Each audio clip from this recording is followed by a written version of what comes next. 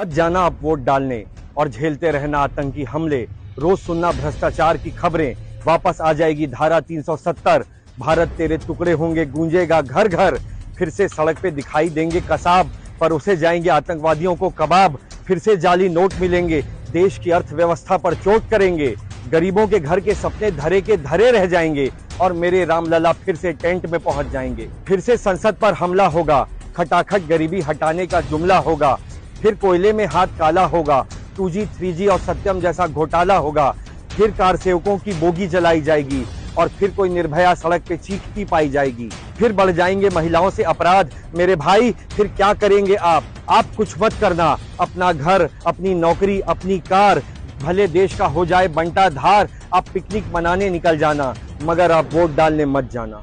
एक व्यक्ति मतदान के दिन छुट्टी का आनंद लेते पड़ा था। हमने कहा, भाई साहब आप वोट देने नहीं जाएंगे, भारत माता के चरणों में कमल नहीं चढ़ाएंगे।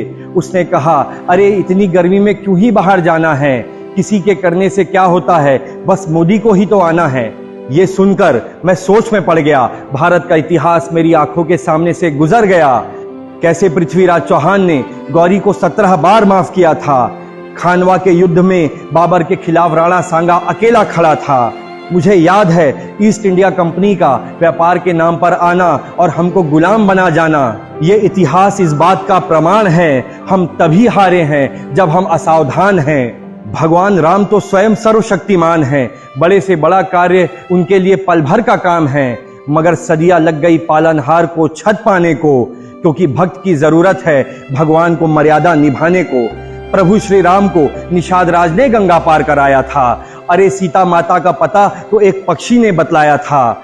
हमें भी राष्ट्र निर्माण के सेतु में नल नील अब बनना होगा और जरा सी भी असावधानी किए बिना हमें वोट देने निकलना होगा। पूछे जो कोई शौर्य का पर्याय तो भगत सुभाष और आजाद लिख देना। पूछे जो कोई ज्ञान का पर्याय तो विवेकानंद और APJ कलाम लिख देना। पूछे जो कोई बलिदान का पर्याय तो गुरु गोविंद और महाराणा प्रताप लिख देना। पूछे जो कोई गीता कुरान का पर्याय तो तुम मेरे भारत का संविधान लिख देना। एक गरीब सड़क पर मरा पड़ा था, बगल में उसका बेटा रोता खड़ा था।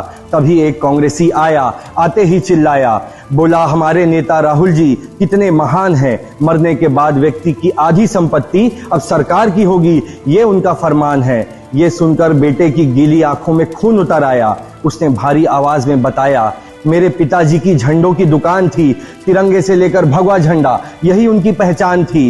इंदिरा के आपातकाल ने उन पर ऐसा कहर ढा दिया, भगवा झंडा बेचने पर कुछ कांग्रेसियों ने उनकी दुकान जला दिया।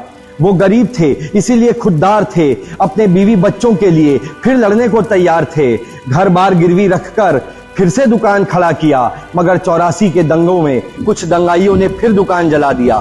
तब से वो गरीब चारपाई पर पड़ा था, बाल बच्चे थे भूखे, दरवाजे पर लेनदार खड़ा था। संपत्ति के नाम पर बूढ़ी बीवी की दवाई, रोज 2 रोटी की लड़ाई और दरवाजे पर कर्जे का तकादा है। यही बेबसी, भूखमरी और लाचारी हर गरीब की संपत्ति का आधा है। गरीब ना हिंदू है, ना मुसलमान है, ना अल्पसंख्यक है, ना बहुसंख्यक है, वो तो बस गरीब है। इस देश की कहानी का मुख्य किरदार है और देश के संसाधनों पर गरीबों का सबसे पहला अधिकार है।